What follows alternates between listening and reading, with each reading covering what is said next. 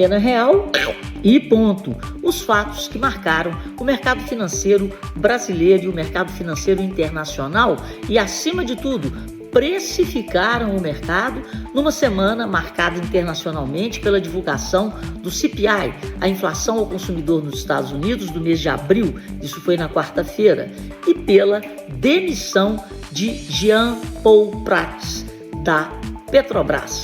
Isso aconteceu na terça-feira. Jean Paul Prats e seu diretor financeiro foram convidados a sair pelo presidente Lula.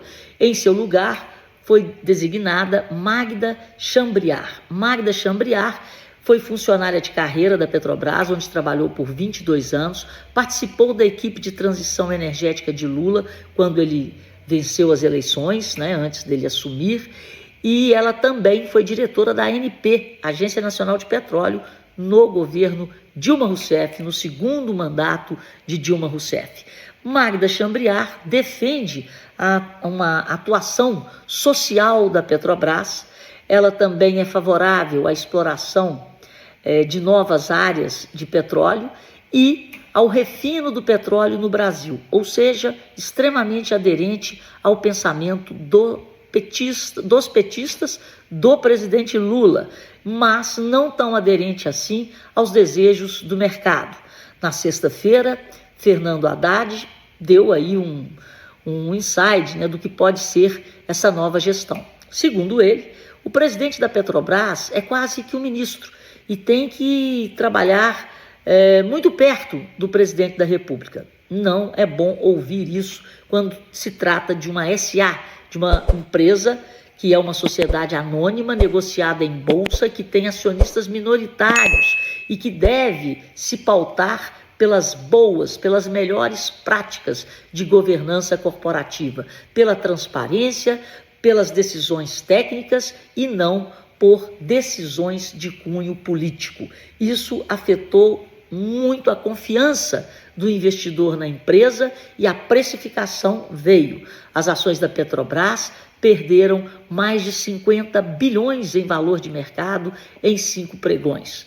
Além disso, nós tivemos também uma preocupação com o Brasil, de uma maneira geral, porque a gente já vinha sentindo os grandes bancos estrangeiros nos seus relatórios recomendando a venda de ações onde o governo, onde a União participe de forma direta ou indireta, em função dessa possibilidade de ingerência política. E aí vem o Banco Central, mais ruídos em relação ao Banco Central. O que a gente não quer é que um Banco Central independente também passe a atuar com viés político. E aconteceram alguns fatos, críticas de membros indicados para o Banco Central pelo governo Lula ou pelo próprio Lula em relação ao pronunciamento feito por Roberto Campos Neto nos Estados Unidos, quando ele estava lá participando das reuniões do Fundo Monetário Internacional e se disse preocupado com o aumento das incertezas externas e internas. E isso foi um fator que foi demonstrado na ata de unanimidade, mas pelo visto a unanimidade não é tão unânime assim. Então vamos ver o desenrolar dessa história e a gente sabe que Roberto Campos Neto sai em 2025 e o que isso tem feito é puxado para cima a curva de juros mais longa no Brasil. Então aqueles juros depois da saída de Campos Neto continuam puxando e a maioria dos bancos está revisando para cima a Selic terminal, a Selic final para 2024. Lá na euforia do início do ano, todo mundo trabalhava com a Selic entre 8% e 9%. E agora a realidade é outra. Está todo mundo aí trabalhando com uma Selic acima de 10%, entre 10% e até 10,5%. E já tem pessimista de plantão achando que a taxa de juros no Brasil pode até voltar a subir. Não acredito nessa hipótese ainda. Vai depender do desenrolar daqui para frente da gestão das contas públicas e temos também essa grave situação que tem que ser resolvida e que tem que ser atendida, que é reconstruir o Rio Grande do Sul. Só que o Rio Grande do Sul era um grande produtor agrícola, então nós vamos ter impacto no preço de alimento. Aí já tem aí a conversa do arroz, o governo importando arroz, vendendo arroz a R$ 4, mas a batata já subiu, o arroz já subiu, e nós temos também, lá no Rio Grande do Sul, grandes granjas. Então nós estamos falando de suíno, de frango, nós estamos falando de muita coisa. Nós estamos falando de soja, nós estamos falando de aveia, mas enfim, o Rio Grande do Sul pode sim colocar os produtos gaúchos, a falta deles pode pressionar a inflação. Para terminar a semana, tivemos o anúncio pelo IBGE da PNAD contínua, da taxa de desemprego no primeiro trimestre do ano, que ficou em 7,9%, meio ponto percentual acima do último trimestre do ano passado, que foi de 7,4%. Minas Gerais, houve um aumento no desemprego em Minas, que pulou de 5,7 para 6,3. Nos estados, 18 estados da União, o desemprego permaneceu estável, 8 tiveram um aumento na taxa de desemprego e apenas no Amapá houve uma queda na taxa de desemprego. O lado bom dessa história é que a renda média real do trabalhador brasileiro aumentou para 3.123. Essa renda cresceu 1,5% em relação ao último trimestre do ano passado. Mas em relação ao primeiro trimestre de 2023, quer dizer, na comparação anual, o crescimento foi de quase 4%, 3,9% acima da inflação. Então, é uma boa notícia que a renda está aumentando acima da inflação.